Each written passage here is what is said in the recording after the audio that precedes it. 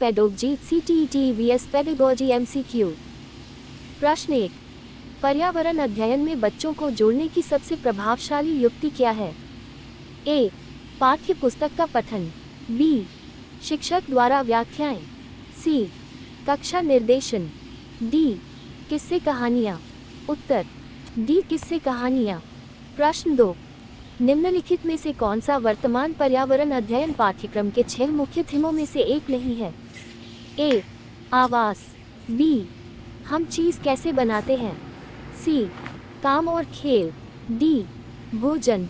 उत्तर सी। काम और खेल। प्रश्न 3। निम्नलिखित में से कौन सा एक पर्यावरण अध्ययन के संबंध में सच नहीं है? ए। पर्यावरण अध्ययन बाल केंद्रित अध्ययन है। बी। पर्यावरण अध्ययन बच्चों को अपने परिवेश को खोजने का अवसर देता है। सी। पर्यावरण अध्ययन वर्णनों और परिभाषाओं पर बल देता है। डी। पर्यावरण अध्ययन की प्रकृति एकीकृत है। उत्तर सी। पर्यावरण अध्ययन वर्णन और परिभाषाओं पर बल देता है। प्रश्न 4। निम्नलिखित में से क्या पर्यावरण अध्ययन में आकलन के लिए संकेतक नहीं होना चाहिए? ए। सहभागिता। बी। याद करना। सी। प्रश्न पूछना। डी। न्याय और समानता के प्रति सरोकार। उत्तर बी। याद करना। प्रश्न 5।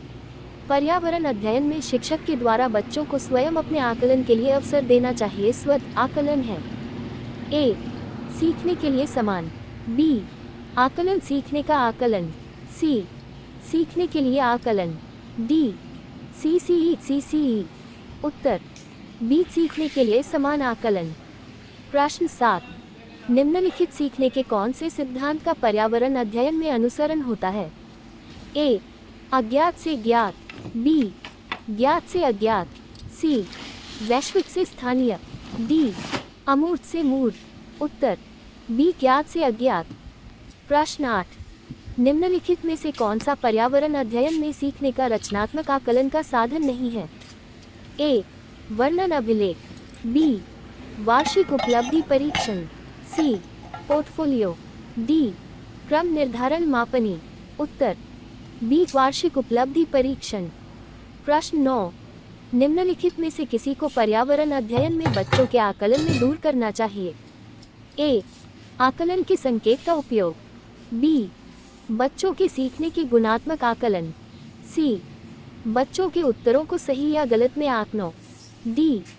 कक्षा 5 के पर्यावरण पाठ्य पुस्तक में प्रत्येक पाठ के अंत में दिए गए आज हमने क्या सीखा पर चर्चा। उत्तर सी। बच्चों के उत्तरों को सही या गलत में आंकना। प्रश्न 10। सामुदायिक महत्वपूर्ण शिक्षण और अधिगम संसाधन है क्योंकि ए। ये सस्ता और सुलभ है। बी। बुजुर्ग लोग बुद्धिमान हैं और उनके पास समय है। सी। ये वास्तविक स्थिति में सीखने का अवसर प्रदान करता है। डी।